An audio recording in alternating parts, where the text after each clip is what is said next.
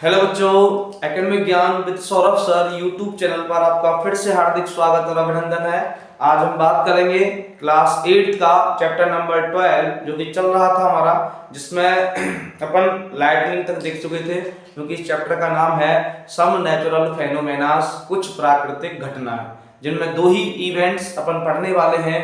एक तो अर्थक्वेक जिसको हिंदी में भूकंप कहा जाता है, और दूसरा लाइटनिंग जिसको हिंदी में तड़ित कहा जाता है। ठीक है, तो अपन लास्ट में लाइटनिंग क्या होता है, थंडरस्टॉर्म क्या होता है, ये सारी चीजें देखी हमने। चार्जिंग कैसे आता है, अर्थिंग क्या होता है, ये सारी चीजें देख ली। अब थोड़ा आगे अपन डिस्कस करें इस चैप्टर में, तो बेटा आगे अपन जो पढ़ने वाले हैं वो पढ़ेंगे बेटा इलेक्ट्रोस्कोप। क्या पढ़ेंगे? इलेक्ट्रोस्कोप, जिसका हिंदी नाम होता है बेटा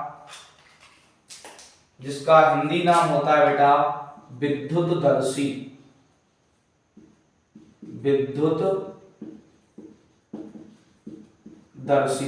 आप समझ पा रहे होंगे हिंदी से कि इलेक्ट्रोस्कोप मतलब विद्युतदर्शी।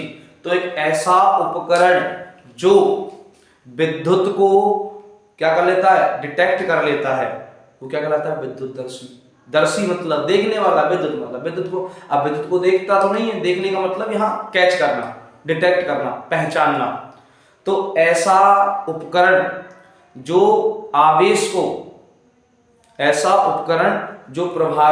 प्रभावित आवेश को पहचान लेता है, क्या कहलाता है? विद्युतदर्शी कहलाता है। The device that detect the electric charge is called electroscope. The device that detect the electric charge is called electroscope। एक ऐसा उपकरण जो विद्युत आवेश को पहचान लेता है, विद्युतदर्शी कहलाता है। ठीक है, तो अपन डेफिनेशन लिखें तो क्या लिखेंगे? the device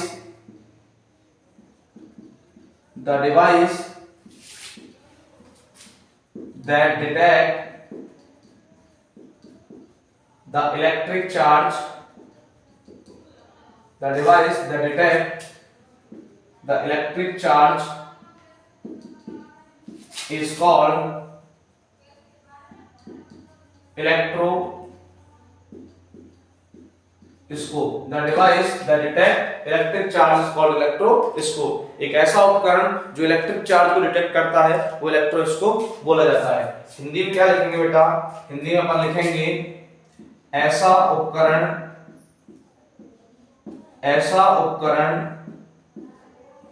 जो विद्युत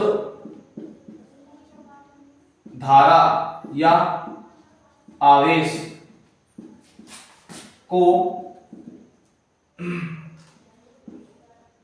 पहचान लेता है,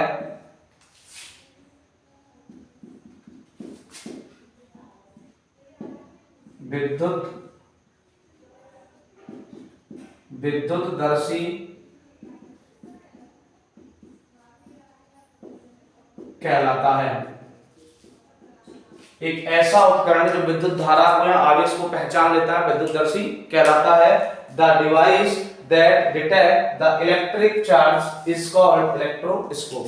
the device that detect electric charge is called electroscope. अब बेटा ये बनता कैसे है, काम कैसे करता है, तो मैं आपको समझा दूं।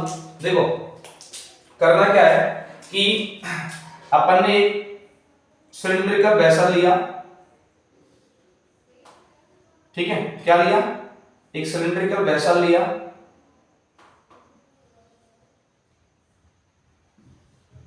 ठीक है, अब इस सिलिंड्रिकल वेसल में मैंने क्या किया कि ऊपर साइड बेटा एक कार्डबोर्ड रख दिया। क्या रख दिया? एक रेक्टेंगुलर कार्डबोर्ड, मतलब गत्ता रख दिया। तो मैंने रेक्टेंगुलर कार्डबोर्ड रख दिया। ये हो गया रेक्टेंगुलर कार्डबोर्ड।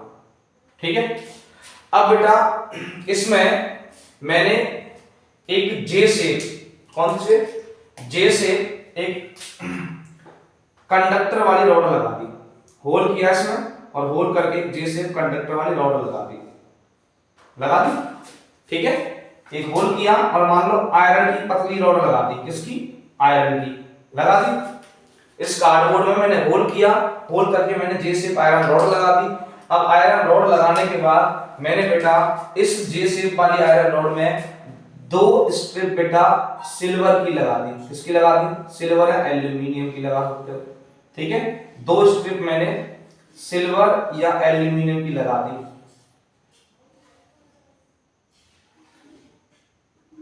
ठीक है। ये जो है 2 एल्यूमिनियम की स्ट्रिप्स हैं, पत्ती है ना। तो होता क्या है, मैं लेबलिंग कर दूं, ये बेटा क्या है? कार्डबोर्ड, मतलब गत्ता कहते हैं हिंदी में।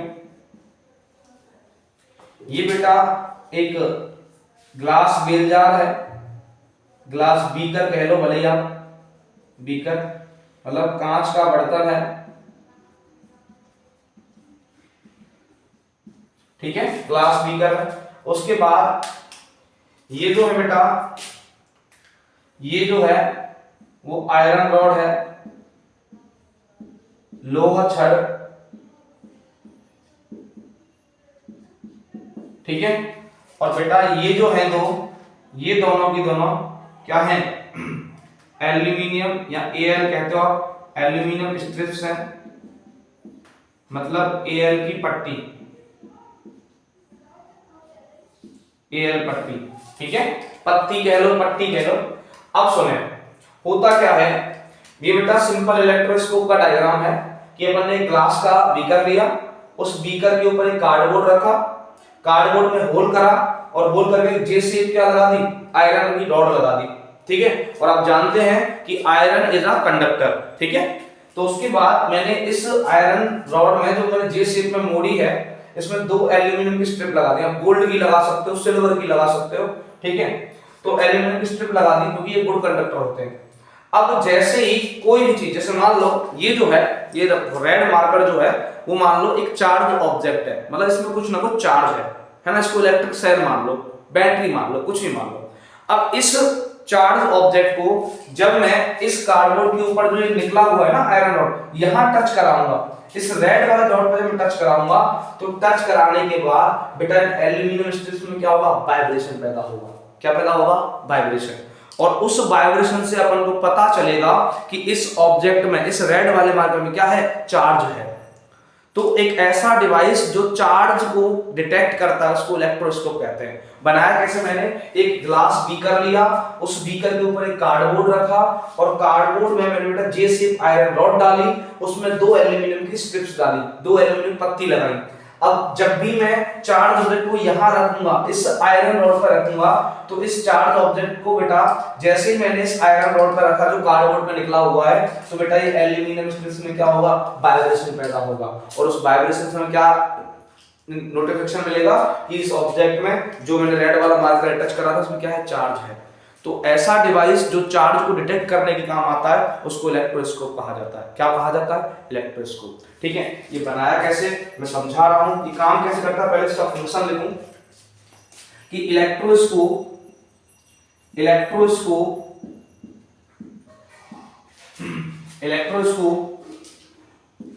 Detect charge on contact with charge body, ठीक है। अगर इलेक्ट्रोस्कोप चार्ज बॉडी के कांटेक्ट में आता है तब वो चार्ज को डिटेक्ट करेगा। ऐसा नहीं है, मेरी बात समझ लो, जैसे ये चार्ज ऑब्जेक्ट है, ये रेड मार्कर, और ये ब्लैक मार्कर जो है वो इलेक्ट्रोस्कोप है। अब ऐसा नहीं है कि चार्ज ऑब्जेक्ट यहाँ है, इलेक्ट्रोस्कोप यहाँ है, तो डिटेक्ट तब नहीं करेगा जब इस चार्ज ऑब्जेक्ट का इलेक्ट्रोस्कोप से कांटेक्ट होगा, तब काम करेगा बेटा। ऐसा नहीं है कि ये चार्ज ऑब्जेक्ट जो है ये इलेक्ट्रोस्कोप है, इसके कांटेक्ट में ना आए तब तक काम नहीं करता। तो इलेक्ट्रोस्कोप जब चार्ज ऑब्जेक्ट का से कांटेक्ट करेगा तभी बेटा वो डिटेक्ट कर पाएगा, दूर से डिटेक्ट नहीं करेगा, ठीक है। उसके बाद मैंने लिखा हुआ बड़े बड़े अच्छे शब्दों में कि electroscope detect charge on contact with charge body, कि विद्युतदर्शी आवेशित वस्तु के संपर्क में आने पर ही आवेश को डिटेक्ट करता है, बिना संपर्क के नहीं करेगा। बार बार कह रहा हूं, ठीक है। अब बनाया कैसे, इसका फॉर्मेशन मेथड देख लो। ये जो डायग्राम है बेटा, ये क्या है, सिंपल इलेक्ट्रोस्कोप है। ये क्या है, सिंपल इलेक्ट्रोस्कोप।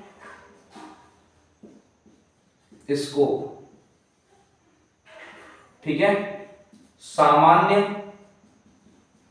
विद्युतदर्शी, सामान्य विद्युतदर्शी। ठीक है, ये इसका फिगर है। अब बनाया कैसे देख लो। सबसे मैं ओरली बोल दूं आपको, सबसे पहले अपन ने ग्लास का बीकर लिया, बीकर के ऊपर एक कार्डबोर्ड रखा, कार्डबोर्ड में अपन ने होल करके जे शेप आयरन रॉड लगाया। फिर उसके बाद अपन ने उस जे जो बैंड दिया था आयरन रॉड में जे शेप वाला, उसमें 2 एल्यूमिनियम की स्ट्रिप्स लगाई, और स्ट्रिप्स लगाने के बाद हमारा इलेक्ट्रोस्कोप तैयार है। जब हम इस आयरन रॉड पर जो कार्डबोर्ड पर निकला हुआ कोई भी चार्ज ऑब्जेक्ट टच कराते हैं, तो टच कराने के बाद इन एल्यूमिनियम स्ट्रिप्स में क्या होता है, वाइब्रेशन। तो वाइब्रेशन से अपन को पता चलता है कि इसमें चार्ज है। तो यहां मैं ये भी लिख देता हूं कि vibration of aluminium strips, vibrations of aluminum strips denote the presence of charge, denote the presence of charge। ठीक है, तो बेटा जो एल्यूमिनियम स्ट्रिप्स के वाइब्रेशन होते हैं वो बताते हैं कि इस ऑब्जेक्ट में चार्ज है। ठीक है, अगर मान लो कोई भी ऑब्जेक्ट आपने टच करा इलेक्ट्रोस्कोप में, इस वाले इलेक्ट्रोस्कोप में, और बेटा ये एल्यूमिनियम स्ट्रिप्स में वाइब्रेशन नहीं हुआ, तो आप समझ जाना कि उस ऑब्जेक्ट में चार्ज नहीं। जैसे मान लो ये ब्लैक वाला जो मार्कर है वो चार्ज ऑब्जेक्ट है, ये वाला मार्कर। अब मैंने ये यहाँ टच करा और इन स्ट्रिप्स में वाइब्रेशन नहीं हुआ, तो आप समझ जाना कि इस जो ब्लैक मार्कर है उसमें चार्ज नहीं है। तो पहली बात कि इलेक्ट्रोस्कोप बिना कांटेक्ट में काम नहीं करेगा। दूसरी बात, इलेक्ट्रोस्कोप के कांटेक्ट में जब भी कोई ऑब्जेक्ट आएगा तो बेटा उसमें चार्ज है या नहीं है, ये बेटा एल्यूमिनियम स्ट्रिप्स के वाइब्रेशन से पता चलेगा। अगर मान लो एल्यूमिनियम स्ट्रिप्स में वाइब्रेशन नहीं हो रहा है तो बेटा उस ऑब्जेक्ट में चार्ज नहीं है। ठीक है, और यहाँ केवल 2-3 चीजों की स्ट्रिप्स ले सकते हो आप, या तो एल्यूमिनियम की, या गोल्ड की, या सिल्वर की। Because aluminium, gold and silver are the best conductor of the electric current. जो विद्युत के सबसे अच्छे चालक होते हैं बेटा वो गोल्ड, सिल्वर और कॉपर और एल्यूमिनियम होते हैं। ठीक है ना, आई होप समझ में आया होगा। तो एक बार स्क्रीनशॉट ले लें इसका।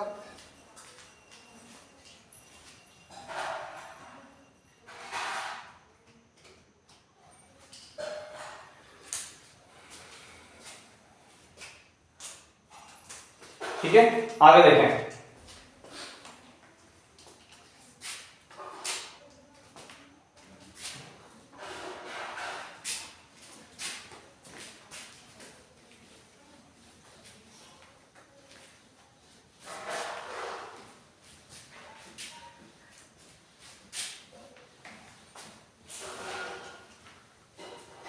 अब बेटा अपन बात करें नेक्स्ट, इसमें जो पढ़ने वाले हैं वो अपन पढ़ेंगे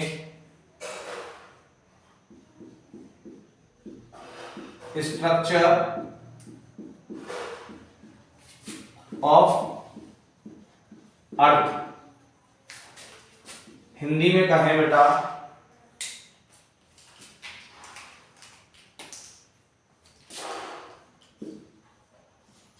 पृथ्वी की संरचना, पृथ्वी की संरचना। ठीक है, स्ट्रक्चर ऑफ अर्थ या पृथ्वी की संरचना। तो बेटा देखें, मैं आपको बना के दिखाता हूं, समझना।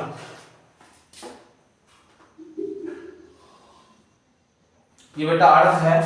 ठीक है, और अर्थ में मैं आपको समझाऊं बेटा कि सबसे ऊपर वाला जो सरफेस है, एक सरफेस, फिर उसके बाद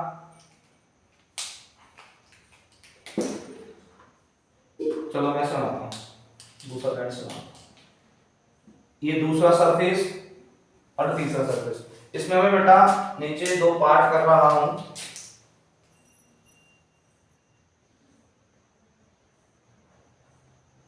ऐसे, ठीक है, आप समझना।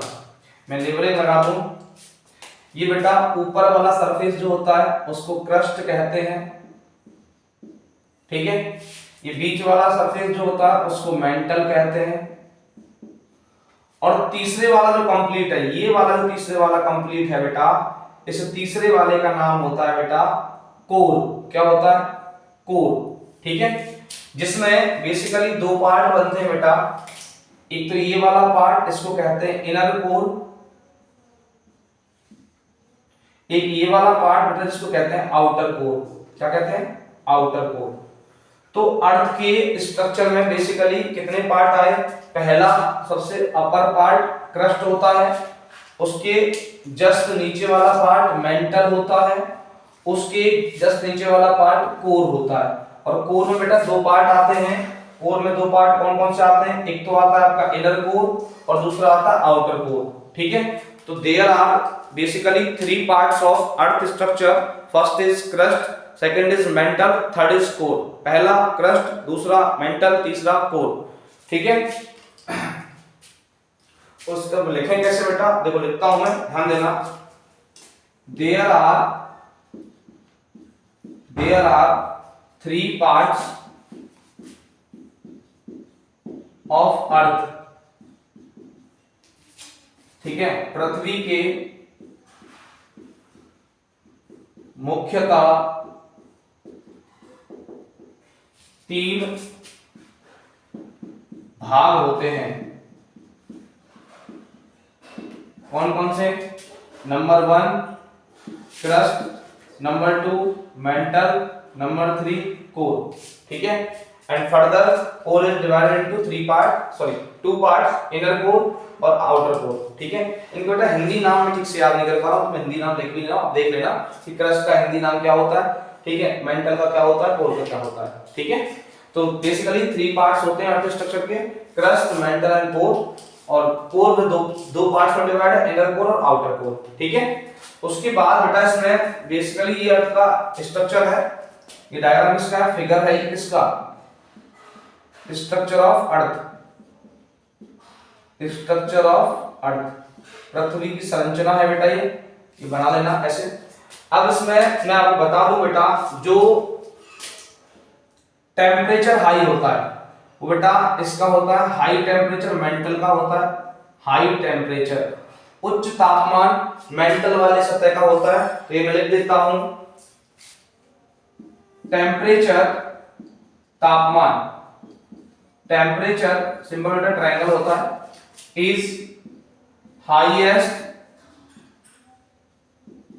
इन द मेंटल लेयर, ठीक है।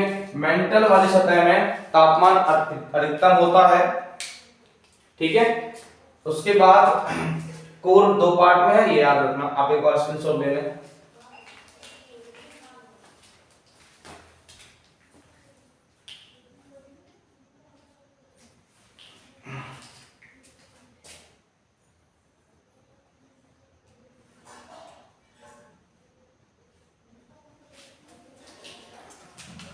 तो बेटा इसी के साथ अपन इस क्लास को यहीं विराम देते हैं, आगे क्लास कल पढ़ेंगे, ठीक है।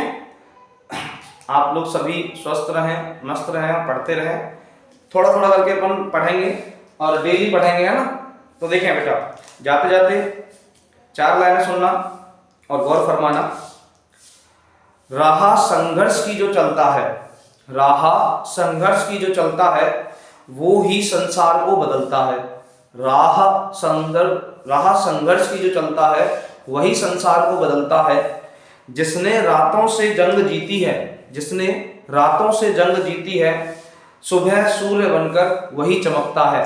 जिसने रातों से जंग जीती है वही सूर्य बनकर चमकता है, ठीक है। राह संघर्ष की जो चलता है वो ही संसार को बदलता है। जिसने रातों से जंग जीती है, जिसने रातों से जंग जीती है, सुबह सूरज बनकर वही चमकता है, ठीक है। जय हिंद, जय भारत, शुभ रात्रि, मिलते हैं कल की क्लास में।